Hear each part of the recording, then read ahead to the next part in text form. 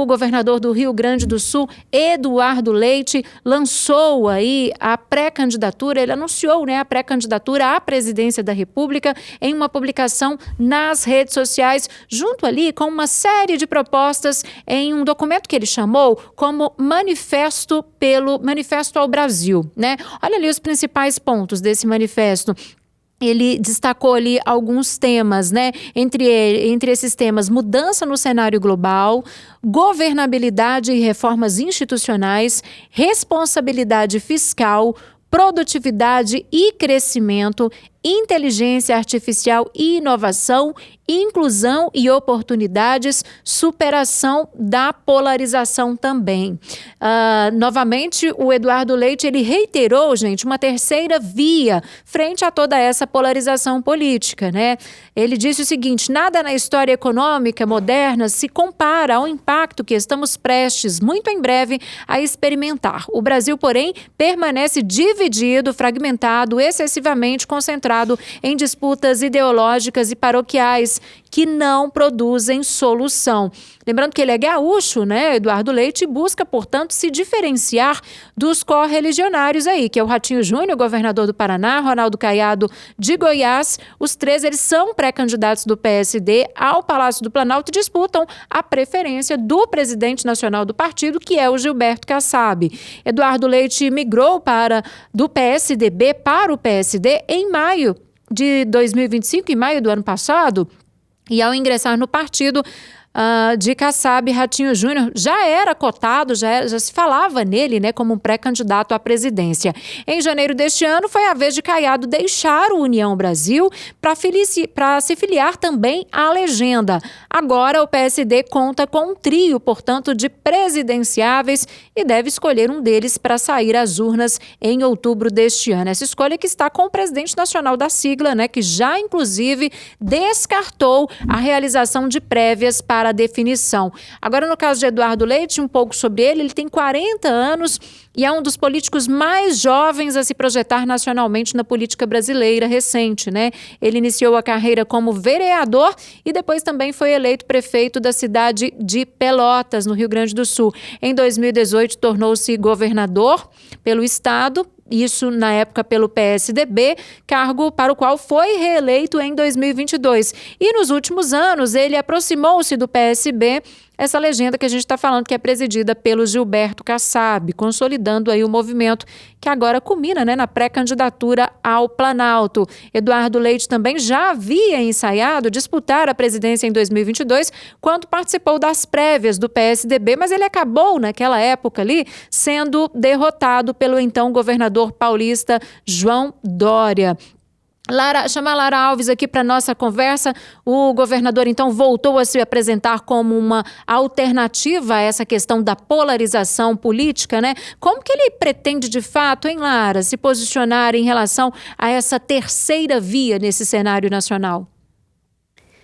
Bom, Síria, acho que esse anúncio de pré-candidatura de Eduardo Leite, na verdade, é mais um ensaio, uma tentativa de fortalecer seu nome para a disputa presidencial, quando na realidade todos no PSD e ali nos bastidores do partido têm em mente que, neste momento, o favorito para liderar essa corrida pelo partido de Gilberto Kassab é o governador do Paraná, Ratinho Júnior. Então, na verdade, quem saiu na frente neste momento em que o partido colocou seus 3 nomes à disposição foi Ratinho Júnior, com Eduardo Leite e o governador de Goiás, Ronaldo Caiado, ali comendo pelas beiradas. Mas a verdade é que o nome mais forte, a tendência é que isso se confirme ainda neste mês de março ou ali no início de abril, com o PSD lançando, portanto, a candidatura de Ratinho Júnior. Mas esse é um movimento que Eduardo Leite já vem fazendo há bastante tempo, ainda quando estava no PSDB e alcançou ali postos muito altos na hierarquia do partido.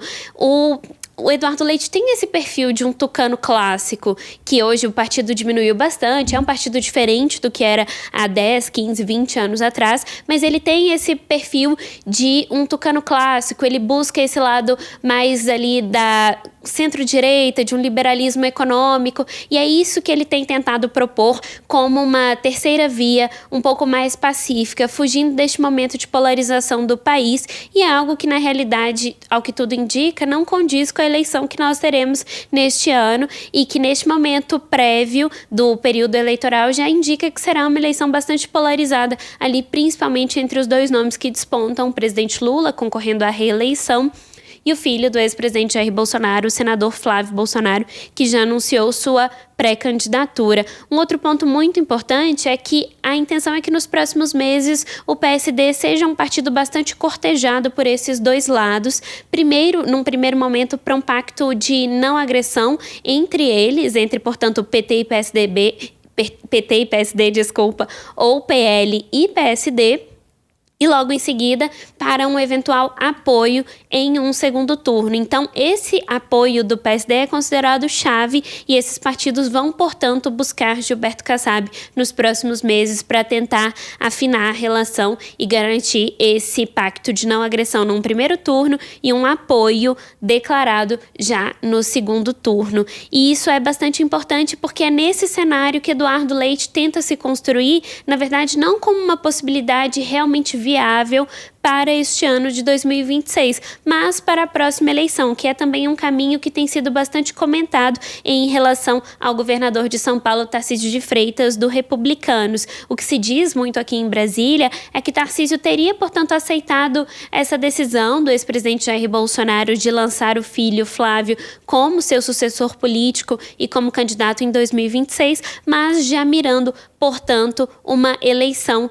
em 2030 como presidente da República. Esse seria, portanto, o plano de Tarcísio de Freitas e algo que vem sendo demonstrado também por Eduardo Leite. E aí outro fator que joga bastante a favor de Eduardo Leite é justamente o fato da idade. Ele ainda é um político muito jovem e avalia-se que ele ainda precisa construir um pouco de casca, que é como se diz aqui, para, portanto, conseguir concorrer às eleições e conseguir enfrentar os debates e uma corrida eleitoral que costuma ser bastante disputada.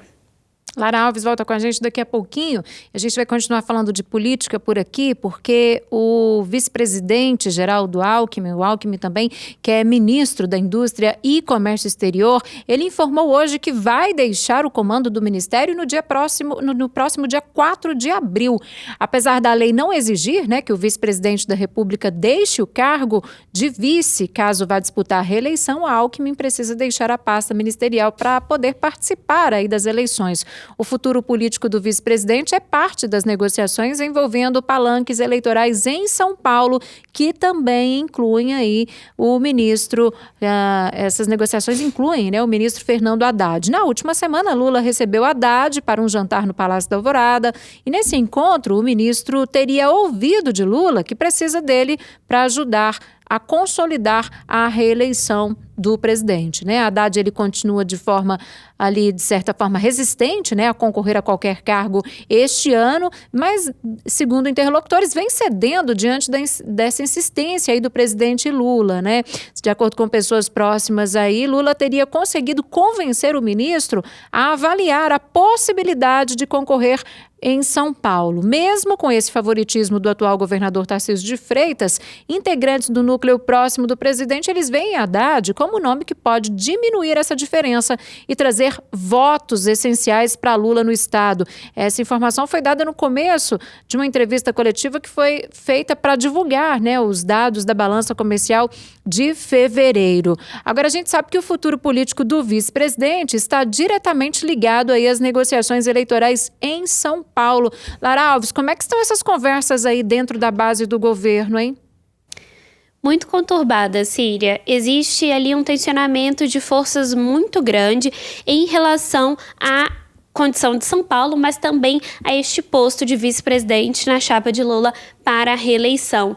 Um primeiro ponto bastante importante é que um ministro que se destacou muito neste governo Lula foi Renan Filho na pasta dos transportes, que já foi governador de Alagoas e é filho do senador Renan Calheiros, tem ali uma influência muito grande em Alagoas. Pois bem, nesse sentido, o Renan Filho tem feito uma pressão muito grande, um movimento muito assíduo para que o presidente Lula aceite como seu vice nessa chapa para a reeleição um nome do MDB. Geraldo Alckmin já expôs para aliados, inclusive publicamente, que ele não tem a intenção de concorrer a qualquer outro cargo que não seja o de vice na chapa de Lula. Ele disse, inclusive, que poderia se aposentar da vida política se ele não concorresse com Lula nessas condições. Ali a gente já tem um tensionamento de forças dentro do próprio governo, da esplanada dos ministérios. Além disso, migrando para São Paulo, a situação é ainda um pouco mais complicada. Isso porque hoje a reeleição de Tarcísio de Freitas está praticamente dada. Todo mundo trata como certa a situação da reeleição de Tarcísio. Ele tem o apoio do eleitorado, ele fez boas movimentações ali com o Centrão, ele tem um grande apoio do Centrão e, portanto, esse caminho parece um pouco mais consolidado para Tarcísio de Freitas. O que o PT busca, portanto, é um nome forte que consiga fazer frente a Tarcísio, não necessariamente para ganhar a eleição. Se ganhar, ótimo, mas não necessariamente para derrotá-lo no pleito, e sim para construir um palanque forte para o presidente Lula em São Paulo. É uma situação um pouco parecida com Minas Gerais, que Lula também tem buscado um palanque forte, algum nome que consiga dar sustentação para a sua eleição nesses dois estados que são colégios eleitorais muito importantes, principalmente para o PT e principalmente para este momento em que se busca uma reeleição, já sabendo que esse pleito vai ser bastante apertado. Então, nesse sentido, o PT tem pressionado bastante Fernando Haddad, ministro da Fazenda, a sair como adversário direto de Tarcísio de Freitas nas eleições por São Paulo. Mas isso é algo que Haddad não quer. Lula já tem dito isso, Gleisi Hoffmann, ministra da Articulação Política, tem dito isso, e eles têm cobrado que todos terão que fazer esforços e sacrifícios pelo bem do partido e pelo bem do projeto de país que eles acreditam nessas eleições de 2026. Então tem essa tensão de um Haddad que não quer concorrer ao governo de São Paulo, sabendo já que uma derrota seria praticamente certa, e também temos ali um partido que o pressiona e um presidente da República que o quer como candidato. Nesse cenário também aparece, por exemplo, a questão do Senado. Lula tem indicado que pode pedir a Simone Tebet que transfira seu domicílio eleitoral para São Paulo com a intenção de concorrer ao Senado, entendendo que ela pode ser sim uma candidata forte para fazer frente aos nomes da direita que vão concorrer às duas cadeiras que estarão disponíveis por aquele estado nas eleições. Então é um cenário muito conturbado ainda. O PT tem adiado bastante essas decisões. Os partidos, na verdade, têm empurrado um pouco mais para frente essas decisões, sabendo que quanto antes um candidato for lançado, mais tempo ele terá para ser atacado por seus adversários, então o teto de vidro fica exposto muito mais tempo, e a situação basicamente é essa. O PT tem protelado um pouco, enquanto outros partidos ali da centro-direita já têm se movimentado um pouco melhor nesse cenário. Bom, e sobre todo esse cenário que a Lara Alves trouxe para a gente, nós convidamos para conversar conosco, para fazer algumas análises aqui, o cientista político Moacir de Freitas Júnior, a quem eu já dou as boas-vindas mais uma vez e agradeço pela disponibilidade em estar conosco aqui no Tempo News mais uma vez. E eu já começo perguntando para você, Moacir, essa relação, né, de tudo que foi dito hoje, que foi publicado aí nas redes sociais, dessa pré-candidatura do Eduardo Leite, né, ele que tenta aí, de certa forma, construir uma terceira via. Ele quer ser o contrário de toda essa polarização, né? Você acredita, de acordo com a sua experiência, na sua avaliação, que há espaço político ainda para essa terceira via no nosso país? Boa noite. Boa noite, Síria, boa noite, Lara, boa noite a todo mundo que está nos assistindo. Olha, eu acho que vocês já esgotaram bem a questão sobre o que é a candidatura do Eduardo Leite e de como que ela vai se posicionar num cenário que está muito conturbado, né, muito polarizado e tal. Não tem esse espaço de terceira via, né? Não está maduro ainda essa ideia de que vai haver uma terceira candidatura que pode condensar elementos de uma e da outra, tal. Não existe isso, né? Não existe isso não, porque os lados, né, nesse caso, não vamos entrar nessa ideia de polarização, porque nem sempre é uma ideia muito correta, se tem exatamente dois lados, enfim.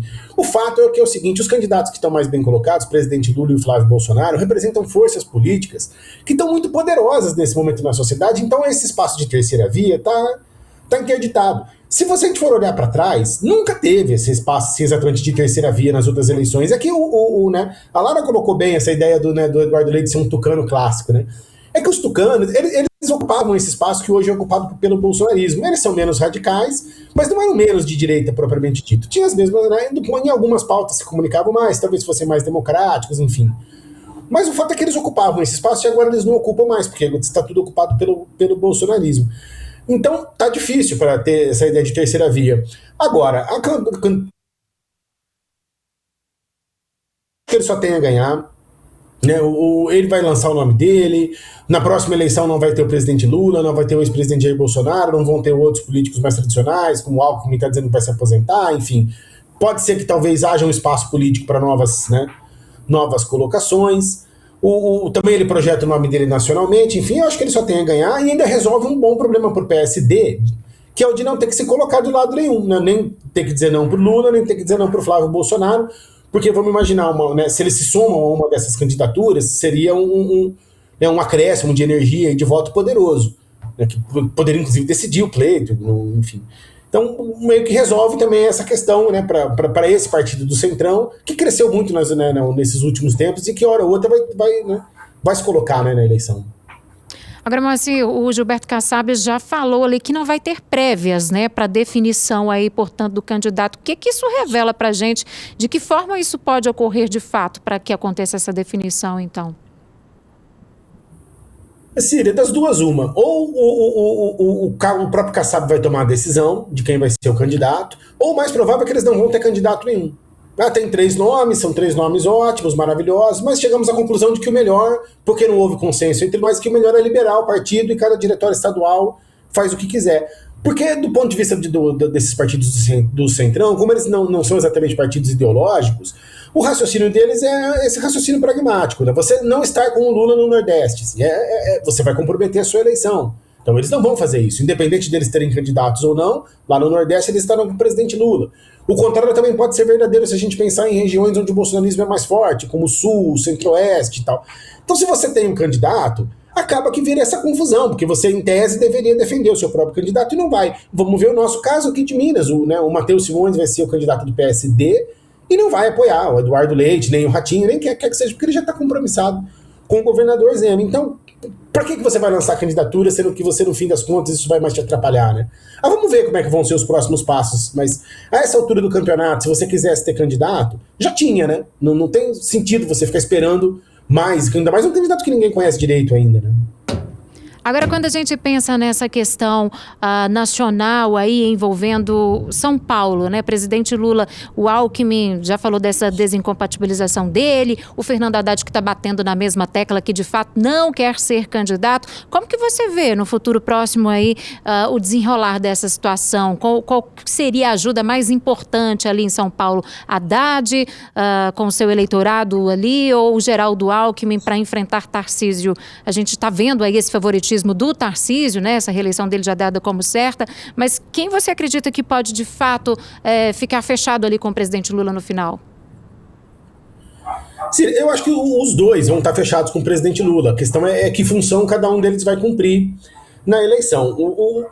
Em relação ao vice-presidente Alckmin, eu acho que o problema é o seguinte: se fosse possível agregar um dessas forças de centro na candidatura do presidente Lula, a Lara estava colocando a questão do MDB. Claro que seria mais vantajoso. O vice-presidente já vai estar com o Lula de qualquer jeito, né? Estando nessa posição ou estando em outra, ele vai estar do lado do presidente Lula, vai poder ajudar no projeto de reeleição. Mas se não for para isso, aí é melhor ele continuar onde ele está, porque ele já está cumprindo bem o papel dele, já está um pouco consolidado nessa função e, bem dizer, agrega elementos para a campanha do Lula que em outra condição ele não teria. Para disputar a eleição em São Paulo, o problema é esse que vocês já colocaram. A eleição do Tarcísio lá está mais bem encaminhada, ele é o governador, está na máquina, é claro que isso representa uma vantagem eleitoral muito grande, e aí é aquilo, mas então, se é esse o quadro, por que você vai lançar o Fernando Haddad? Porque é importante para o presidente Lula ter um palanque num estado como é São Paulo, assim como é importante ter palanque aqui em Minas. Se vai ganhar a eleição ou não, a eleição vai ser ainda, né? E a eleição é só depois que a gente sabe o resultado. Tudo pode acontecer, você não sabe, estar com a eleição encaminhada não significa que venceu. Então é importante você ter esse palanque. E aí é isso, como a eleição está muito, muito puxada, muito decidida no detalhe, quanto mais força política você conseguir reunir, melhor. Então, se você tem um quadro como o Fernando Haddad, ele não vai ser candidato a nada, numa circunstância como essa, é muito difícil. Você tem um quadro como o ministro Alckmin, o vice-presidente Alckmin, ele não vai ser candidato a nada. Se ele for candidato a governador, ele tem chance. Se ele é candidato a senador, ele tem condição de se eleger, né? Então tudo isso tem que ser ponderado para eles. Agora, eleição é muito difícil, né? Ainda mais quando você vai entrar numa aventura dessa, assim, para perder, enfim. Mas eleição tem que esperar para ver. E acho que algum papel eles vão ter. Agora qual, só o tempo vai dizer, né? Agora, essa saída do Alckmin do Ministério já anunciou dia 4 de abril, você acredita que pode estar encaminhando, alguma coisa mais ou menos encaminhada aí para essa candidatura dele? Eu acho que eles estão se precavendo, porque se ele não desincompatibilizar no dia 4, ele não pode ser candidato a nada que não seja vice-presidente, né? Então, pelo sim, pelo não, desincompatibiliza, fica livre, e aí ganha-se um tempo, porque a candidatura só vai decidir lá em agosto. E no caso do vice-presidente Alckmin, se ele resolver ser candidato a governador ou a senador por São Paulo, ele não precisa de pré-campanha, né? Ele já foi governador de São Paulo 5 vezes, 4 vezes, foi candidato a prefeito, foi deputado, foi tudo. Então ele não precisa de pré-campanha, a pré-campanha dele já está bem dizer colocada, né? Então tem um tempo aí de maturação para poder você ir medindo o terreno também. O quadro de hoje chega lá em julho, por exemplo, esse quadro não se configura, você não, realmente aqui é melhor o Alckmin ir para cá, é melhor ir para lá. Nem tudo precisa ser decidido até abril, no caso dessas questões, né? Então ele se liberta agora do ministério, fica livre para poder ser candidato ou não. Se não for, nada muda, fica como vice-presidente. Se for para São Paulo em alguma missão, tá liberado, não tem que, né, não corre o risco depois de ter a candidatura impugnada, nem coisas desse tipo, né? Moacir de Freitas Júnior, cientista político. Moacir, muito obrigada, viu, mais uma vez por atender o nosso chamado e por estar conosco aqui no Tempo News. Até uma próxima. Boa noite. Até a próxima. Muito obrigado.